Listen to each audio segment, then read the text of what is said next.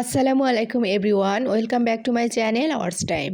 আপনারা সবাই কেমন আছেন? আলহামদুলিল্লাহ, আমি ভালো আছি।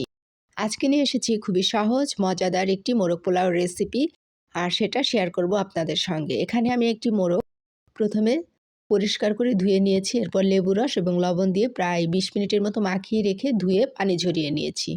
আর এটা রান্না করার জন্য আমি একটি স্পাইসি তৈরি করব। প্রথমে ব্লেন্ডার জাগে দিয়ে দিচ্ছি হাফ কাপ পরিমাণ চীনাবাদাম ভাজা।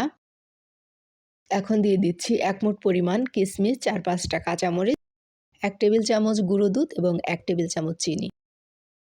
এটাকে ব্লেন্ড করে সাইড করে রেখে দিচ্ছি। চলে যাচ্ছি মূল রান্নায়। প্যানে পরিমাণ মতো তেল দিয়েছি। এখানে আমি 1 কাপ পরিমাণ তেল ব্যবহার করেছি এবং 1.5 কাপ পরিমাণ পেঁয়াজ কুচি দিয়ে ব্রেস্তা করে তুলে নিচ্ছি।